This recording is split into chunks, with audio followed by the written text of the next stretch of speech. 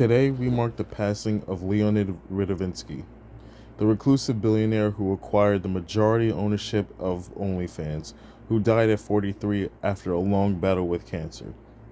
First and foremost, I will not speak ill of the dead, especially someone taken far too soon by such a cruel disease. Cancer spares no one, and grief belongs to his family and loved ones in this private moment of loss.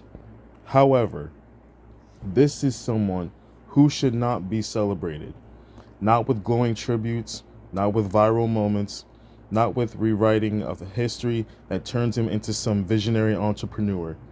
Initially, OnlyFans banned explicit content on its platform and sought to attract musicians and influencers.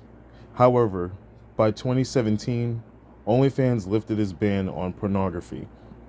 2 years later, the businessman Leonid Radvinsky, owner of My Free Cams, acquired 75% ownership of Phoenix International Limited, the provider of OnlyFans, and became one of its directors.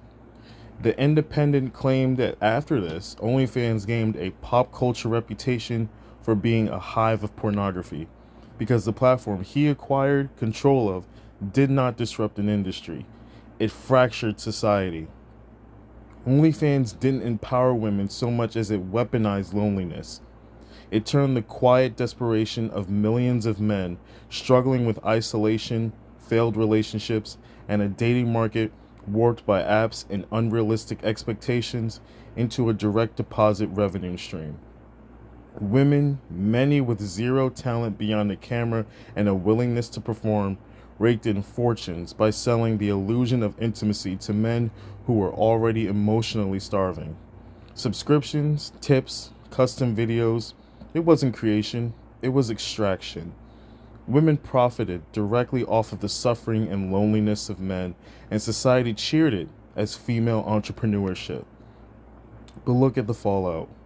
Relationships ended because husbands and boyfriends couldn't compete with the endless scroll of perfectly lit, always available fantasy. The dating scene became even more toxic. Why settle for a real woman with real standards when thousands of OnlyFans creators are only one click away? Reinforcing that no mortal man is ever enough, young men grew up believing connection was transactional. Young women learned that their value lies in performance, not partnership. The egos of some of the most talentless figures in our culture were propped up to billionaire status, while genuine artists, teachers, and builders scraped by. Radvinsky didn't invent the human vice, but he industrialized it at a scale and called it liberation.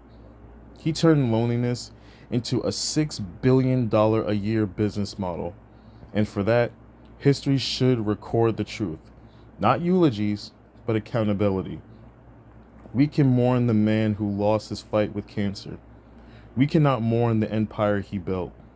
The divide OnlyFans widened between men and women isn't healing just because its majority owner is gone. It's still here, in our relationships, our culture, and the quiet pain of another generation learning that intimacy can be bought and sold.